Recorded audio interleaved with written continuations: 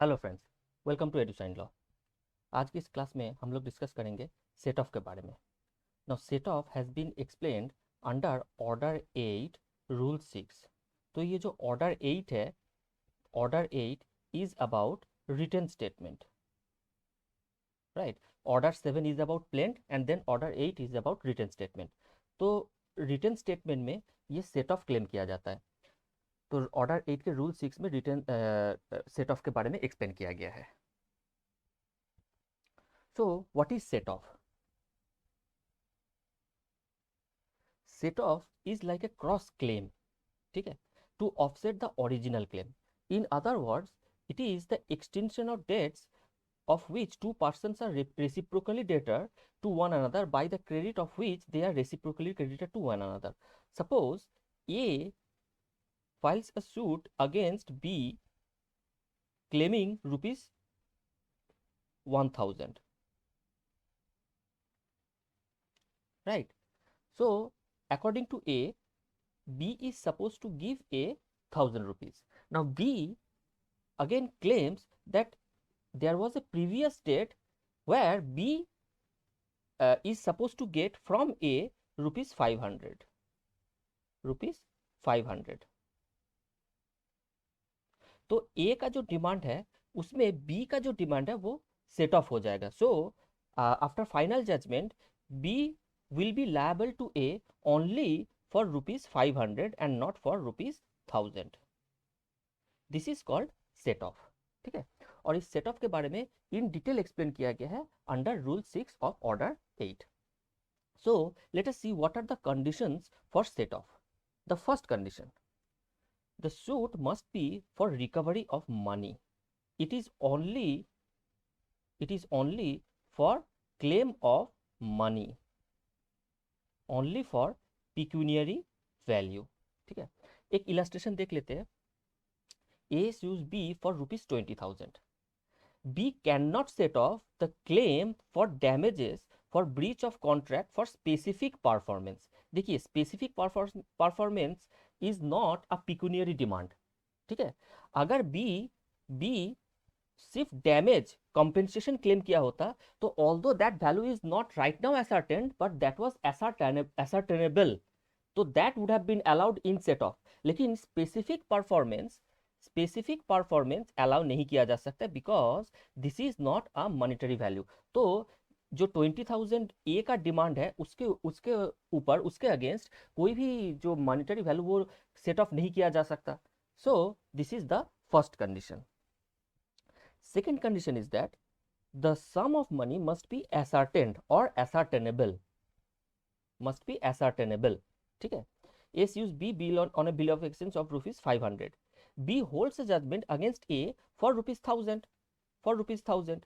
The two claims being both definite and pecuniary demand may be set off, ठीक है। तो यहाँ पे फिर से वही चीज, एक तो वो पिकुनरी डिमांड होना चाहिए और दूसरा वो एसर्टेंड और एसर्टेनेबल होना चाहिए, वो डेफिनिट होना चाहिए, तभी जाकर के वो सेट ऑफ किया जा सकता है। So this is the second condition. Third condition is such sum must be legally recoverable. तो जब ये बोला जा रहा है कि legally recoverable, then it also mean it should not be time barred, क्योंकि अगर टाइम बार्ड कोई डेट होगा that will not be legally recoverable, should not be time barred, ठीक है। एक इलस्ट्रेशन देख लेते हैं। A sues B for rupees 10,000. B cannot set off any amount due to him towards salary for performing illegal or immoral activities because यहाँ पे illegal जो activities है या immoral जो activities है that will not be legally recoverable, that will not be legally recoverable. Again suppose एक और देख लेते हैं। A B के अगेंस्ट केस फाइल करता है 10,000 रुपीज के लिए, ठीक है। और बी ये कहता है कि B had given a loan to A of rupees 5,000 10 years back, ठीक है। तो नाउ क्योंकि वो टाइम बार्ड हो गया तो फिर वो भी क्लेम नहीं किया जाएगा क्योंकि that will again not be legally recoverable, right. So this is the third condition. There are fourth and fifth condition.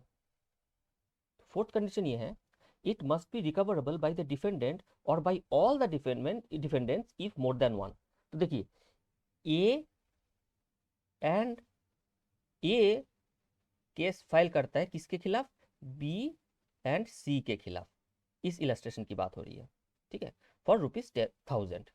B can not set off a debt due to him alone by A. तो B अगर set of claim करता है, ठीक है, एक ए के खिलाफ, तो वो सिर्फ अकेले बी नहीं कर सकता है। अगर बी और सी दोनों ही ए के खिलाफ सेट ऑफ क्लेम कर सकता था तो वो अलाउ किया जाता, लेकिन क्योंकि यहाँ पे दो डिफेंडेंट है एक साथ, there is a joinder of defendant, तो सिर्फ alone B can not claim a set off against A. ठीक है, तो उसी का एक ऑपोजिट वर्जन है point number 5। It must be recoverable by the defendant from the plaintiff or from all the plaintiffs if more than one. Once again, A and B case file करता है C के against for ₹1000। C can not set off a debt due to him alone by A।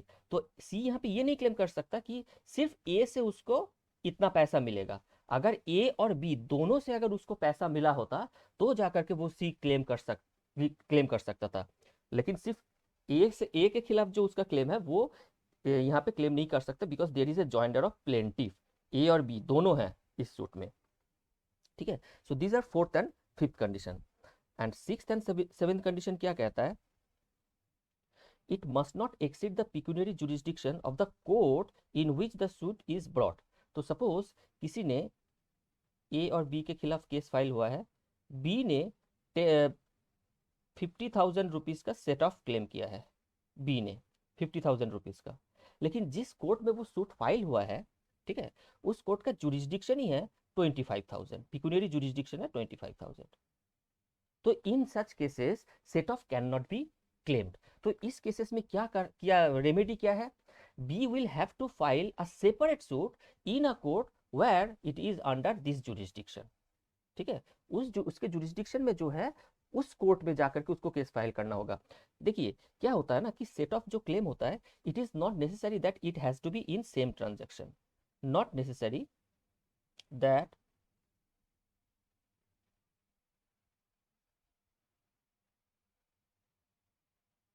not necessary that it has to be in same transaction। तो अगर same transaction नहीं है तो defendant always has the right to file a separate suit. ठीक है, लेकिन ये जो सेट ऑफ, और इसके बाद हम लोग एक और वीडियो में डिस्कस करेंगे काउंटर क्लेम। तो सेट ऑफ और काउंटर क्लेम जो होता है वो सेपरेट सूट के तौर पे तो फाइल किया जा ही सकता है, because they are different transaction, it is not under same transaction. लेकिन उसमें क्या होगा, there will be multiplicity of suit, multiplicity of proceeding. तो ये जो मल्टीप्लिसिटी ऑफ प्रोसीडिंग्स है, इसको रिड्यूस करने के लिए सेट ऑफ और काउंटर क्लेम को अलाउ किया गया है। ठीक है, वरना सेपरेट सूट का राइट डिफेंडेंट के पास हमेशा से है, there is always this right of separate suit. ठीक है, so this is condition 6। And condition 7 is both the parties must fill in the defendant's claim to set off the same character as they fill in the plaintiff's suit। Suit में ए defendant का जिस जिस character में defendant किया है, जिस भी file किया गया है, वही सेम कैरेक्टर फिल होना चाहिए। That is the last condition of set of. Now set off is of two types.